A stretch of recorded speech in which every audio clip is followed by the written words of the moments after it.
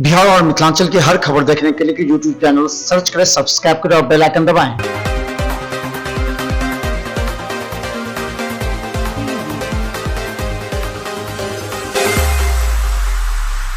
लहरियासराय के नजदीक ओझौल पंचायत के निवासी गणेश सहनी का एकमी घाट पर सड़क दुर्घटना में मृत्यु हो गई।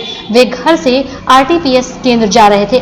वहीं इस घटना को लेकर स्थानीय लोगों ने पूरे एकमी घाट को चारों तरफ से जाम कर दिया। सूचना मिलने पर भारी पुलिस बल के साथ लहरियासराय थाना प्रभारी एचएन सिंह भी मौके पर आए। लोगों का कहना है कि पुलिस प्रशासन की लापरवाही की वजह से यह मौत हुई है। वहीं लोगों ने उचित मुआवजे की भी मांग की।